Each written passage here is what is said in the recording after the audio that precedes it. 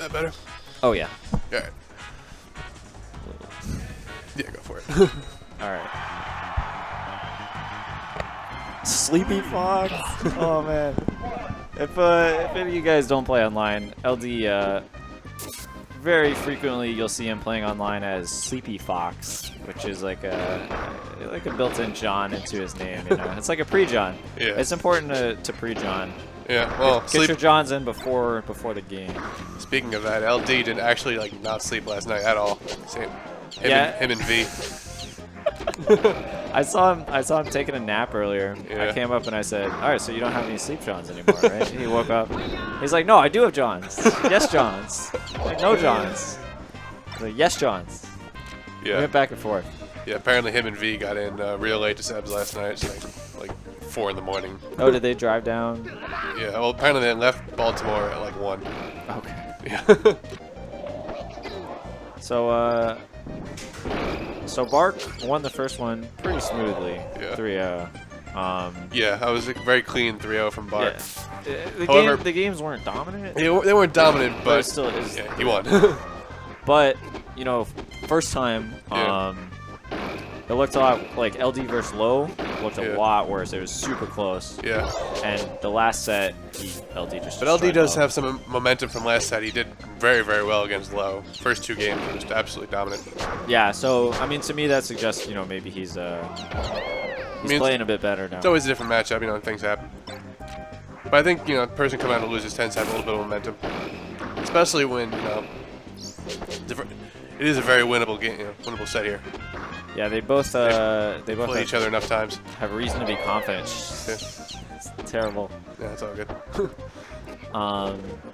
Yeah, it's easy to, if you're trying to do a very fast up air from the ledge, to input the up air before the jump, and then your jump, you can't jump if you're doing a move, so it's a very common Pikachu SD.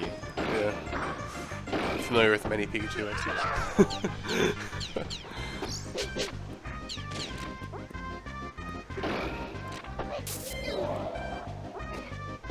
I think LD would claim that he never enjoys console, but I think he's a liar. Yeah. He's clearly, he keeps coming to the tournaments. He's clearly. I mean, this isn't, it's not too far away from Baltimore, but it's not close either. Yeah, it's not close. You don't come all the way down here just for the money. Yeah. Like, you're enjoying it. No one says at 1 in the morning, I want to drive 2.5 hours to go play Smash if they don't enjoy it. It's great shield pressure there. All right, commentary now. I'm Russell Sprouts. We got Robert on as well. Wow, that. Okay, he gets that edge guard. Whoa! No! Wow! That's crazy. Those are not the hardest edge guards. And the last set, Bark's edge guards were amazing. Like, he was hitting every single one, even when LT threw out some pretty difficult recovery. So I'm surprised he flubbed those. Yeah. We'll see if. LD's obviously got the mix-ups. Oh yeah. Oh yeah. That was actually a great angle there from Bark when he was recovering to land right on the edge of that platform. You can't, if the Pikachu doesn't know what they're doing in recovery, Fox can edge guard him pretty well, but Pikachu just has limitless angles that can make it pretty challenging. Yeah. I mean, at that point, it's all about the reads.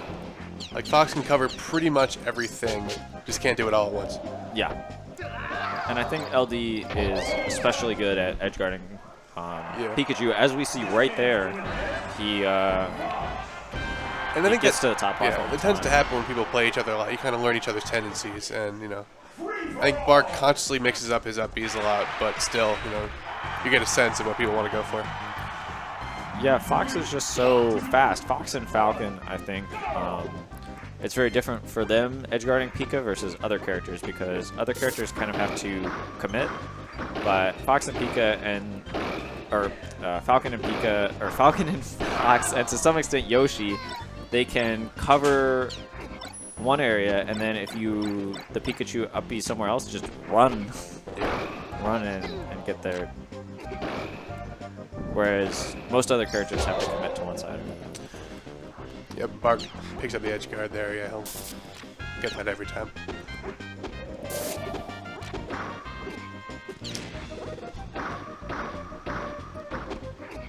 The standard combo Uppies back and forth. That's very common in Baltimore. We love the back and forth uppies. Yeah. Just trying to. Been seeing that more and more now. Just trying to bait the opponent to follow and then go back. It's a little risky though. Finney was making pretty good use of that earlier. Not quite Baltimore, but you know what I mean. Good job there from Bark. Yeah, he knew that LD would need to grab the ledge there and wouldn't be able to get past. Didn't have much of a choice. Ooh. Nice up B there actually from Bark to just go straight to the ledge and not bounce off. Sometimes Pika will go to the ledge, but he'll kind of bounce off, or the final zip zap will land up slightly above the ledge, and that makes it a lot easier to edgeguard than when he just goes straight to it. I think that happens a lot when he's coming up. Yeah. Whoa, pivot nair off the edge. Definitely a missed input. Bark lets him back. Yeah. I don't know if Bark let him back out of generosity or if he just couldn't react in time. Yeah, might have just been like a step too far. But yeah, he's making real good use of those like drop down nairs. I think that's how he's gotten all three of these stocks. And ooh, just a bit overextended. Chose not to land again and get his jump. Though I think a good decision from Bark to just conserve the stock, especially if you're at 0. You don't want to get put in an edgeguard situation 0%. Yeah, oftentimes when you're edgeguarding Fox's Pika, you have to make the decision of, do you want to land back on the stage and get your double jump, or do you want to just drift right back out and try and hit him immediately, because obviously it's faster to do that. It looks like he could have grabbed there, but tried the up tilt and just a little too slow. Definitely an accidental up smash. And the shield pressure from LT. Yeah, he's all up in him right now. LD's shield pressure is not always real, in that oftentimes you can do like a nair out of it. There, Bark just jumps out of it. He could have done a nair. But there's always a lot of pressure. It's always very safe. It tends to be very difficult to actually punish him, even if you do successfully. Like it might not be frame tight, but it is it's difficult to get out of. Yeah, it's evolved. I think a lot of Foxes seems like they come up with their shield pressure, the ones that are really serious, by like kind of studying, whereas LD just has developed it through repetition. He does what works, and what works is safe, maybe not optimal, but effective shield pressure that he has, and it's really difficult to deal with as the Pikachu. Much harder than it looks, I think. Yeah, I've been playing a lot of Pika versus Fox recently, and Fox definitely has some good shield pressure options. Yeah, it's tough for him. The problem for Fox is that if he just throws Pikachu, like, if you're Pikachu shield pressuring Pikachu, you do one move and you just grab him. Yeah, your grabs are amazing. But with Fox, if you throw Pikachu, it's pretty hard to get anything off that. Yeah, that's not Fox's combo starter. I mean, luckily you do have enough combo starters of your own. Yeah, it's tempting to keep trying and do, like, you really want a jab, but you can't always get it. Yeah. And LD manages to make the jabs pretty safe on shield and usually not get punished. Nice edge guard there from Bark. He just goes straight back to the stage and F-tilts confidently.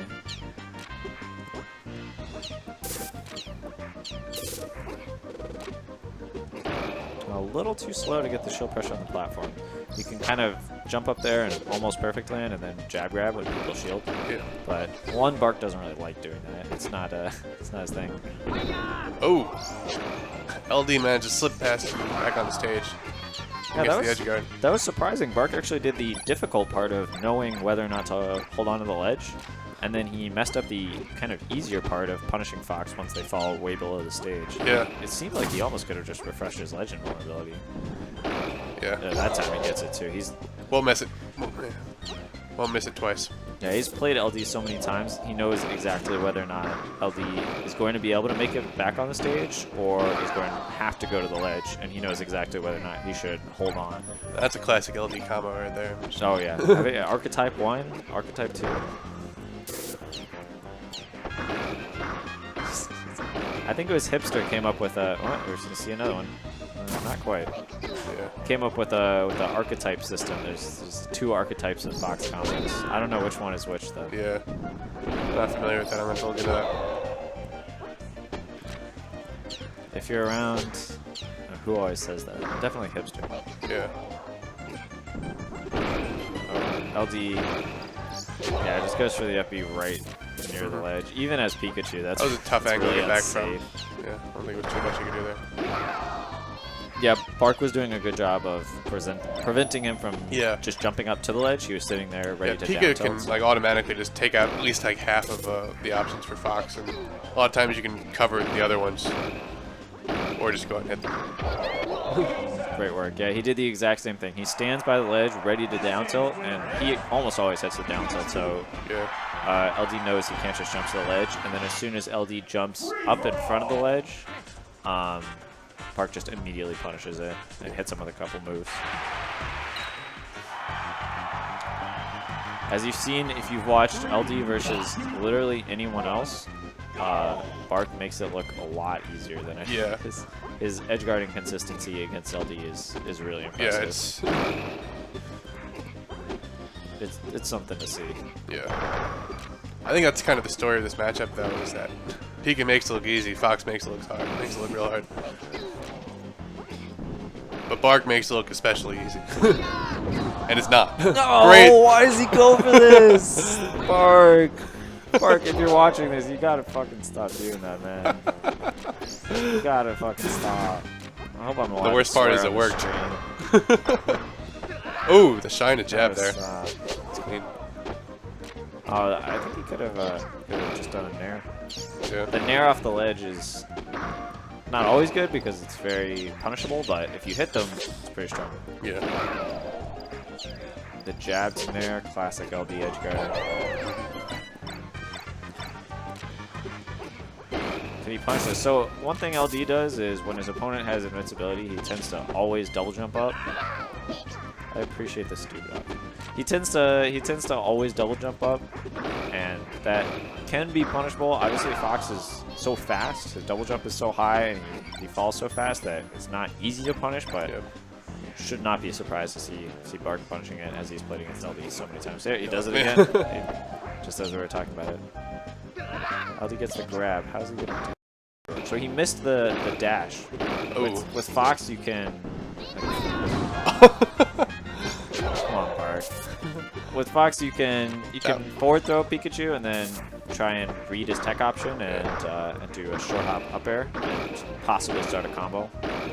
But similar to Falcon, you need to get your dash immediately after the forward throw. It's a really tight timing. LD set that up by getting Bark to shield, and then he just dashed away and dashed back. I don't know if it was even intentional, if he was trying to do another move, but it looked really good. Ooh. Trying to get a nice angle there. Unfortunately, doesn't quite make it. Yeah, those are tough. Those are tough, yeah. I think Low had a really good one earlier. I remember thinking it was just absolutely sick. Such a clean edge guard by Bark. He really wants that. Even like 6 months ago, he wasn't, I think, edge guarding that cleanly. Like, he would still miss a lot more than he is now. He could have gotten that one. There's always room for improvement, but it seems like even of like top players that I've seen against LD, not many of them hit edge guards more than Bark does. I mean, the unedge guardable meme started for a reason. Started for a reason, and it might have to end for a reason.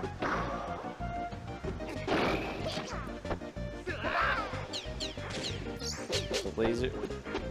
Another great angle from Bark. LD not being too aggressive in edge guarding, which might be a smart move there. This is though it's a little tournament stock here for LD. Yeah, he needs to get this jab up smash right now, and then he can get a 0 death. But if he gets cornered, like, oh, that's bad. That's bad. Yeah, got cornered and just got hit with the tip of the up air. This game's winner is Pikachu. That'll do it.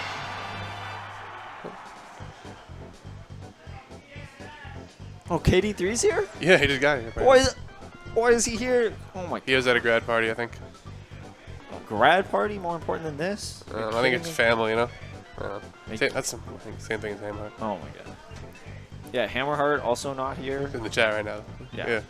I really wanted to beat you guys. I wanted to be here. I would beat Hammerheart, I'd beat KD3 and Finio, and it'd be like, it's like PA's not that good. As it happened, I just went 1-1 with Finio, and it's like, maybe. Yeah. So I guess I'll be making the trek back to play Hammer Harden. You're in Nova, right? Another time. I am in Northern Virginia. Nice. Yeah, go for it. Congrats, man. Thank you.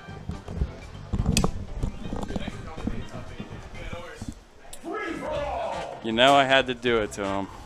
Sorry, guys. I don't like being the villain. He did it to him. But The protagonist, if you will. I thought about going Falcon and, you know, So, like, getting wrecked by LD for a few games. But dude, you played really well, man. So what was going on in that last set? I don't know. I like LD. He's in his own head a bit. He thinks. I mean, he has trouble with the transition from emulator to console, of course. Yeah. But there's still just like some decision making that you might see me in the middle set. I just like can't help but be like, why LD? Like, Yeah. he'll like fall into an up tilt. It's like the same thing like when I I'm running away and he gets like a sweeping up air and then just combos me into a kill. I'm like, why did I get hit by that? Yeah.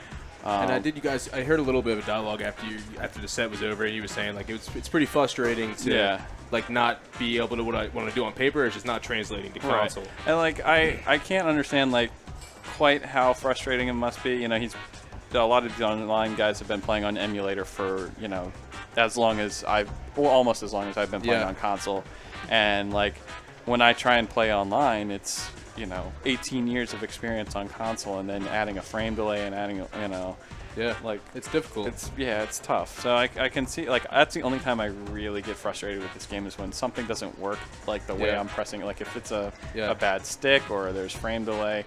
So I can see where he's coming from. Yeah, and I did hear you say like I do know what it's like. I have an idea. I don't know quite because like console is the tournament standard. Yeah, and it is. There is a little there's I don't know lag and whatnot, but but I feel like his performance was even better like as late as like Super Smash Con 2016. He looked almost godlike in some of these matches. He had a lead on Boom in game 1. Pika Fox. That's the thing. Like, so he's gotten worse due to like not practicing. I don't think he's necessarily gotten worse. It's just tough translating. I want to see him start adapting more. Like he adjusts a little bit, but he doesn't adjust to some of the things that work over and over and over again. And that's tough to do as Fox. You have to really like change on the fly, or you have to play perfect. Yeah, especially against Pika. Yeah, it's like Fox has a lot of the tools to win the neutral. It's just when he doesn't, he's dead. Yeah. So you just have to. You have to utilize the tools. You'll see like LD just putting up a wall, between forward air and up tilt and up air, and he just has like a wall. It's so hard to get in on him. It's hard to get in. But when you get in on him, he's dead. And Pika has tools, but Fox can definitely get in on Pika. He's got the quickness. Yeah, I like playing that matchup as Fox. It's challenging. Yeah. But how'd you do in low tiers? I lost to Finio's fraudulent Luigi. Dude, Finio doesn't even have a Luigi, dude. I have such a bad streak in low tiers lately. Yeah. I tried doing Samus, and then I Luigi did at him, and I dropped like 5 edge guards. Really? So I'm making the losers run. I'm about to play low. Oh, you're still in though? Yeah. Low's Link is the truth, dude. Have you seen it? Yeah, I haven't. Dark beat him. Oh, Dark beat him. I think I can beat him, but okay. I don't know. Like I told myself I was gonna go all DK, but I might have to bust out like the Link or the Ness or Luigi or Ness for Link. Yeah. Yeah, we played in low tiers. You got me pretty good. Yeah. I don't know why Dizzle's freaking out, but it was a good tournament. Yeah, man, for sure. Somebody should teach Moosh how to swap the brackets and stuff. So what do you mean? The pools. There were a lot of rematches and stuff. But yeah. It's a learning curve. He's always holds. He's getting better at it for sure. It's only the second MVP too. Yeah. And a great turnout too. We had almost 27 people, right? Dang. Yeah. So, that's pretty good. Yeah. It was a good bracket, and the top 8 was interesting. A lot of Pikachus. Like Robert was on point tonight, and Rusty surprisingly making top 8. Rusty's pretty good. He did end up in somewhat of a softer pool. Soccer pool. You know, he's got Clubba to play the DK matchup with a lot, so he didn't have problems with Moosh. Yeah. And then Minio, he gets to play SK a lot, so he knows Kirby pretty well. Yeah, and then, Minio gets in his own head. Yeah, Minio does. Kind of loses it for himself. All right. All right. Thank you, guys. So congratulations to BarkSanchez, man. Thank you. Check out Next MVP next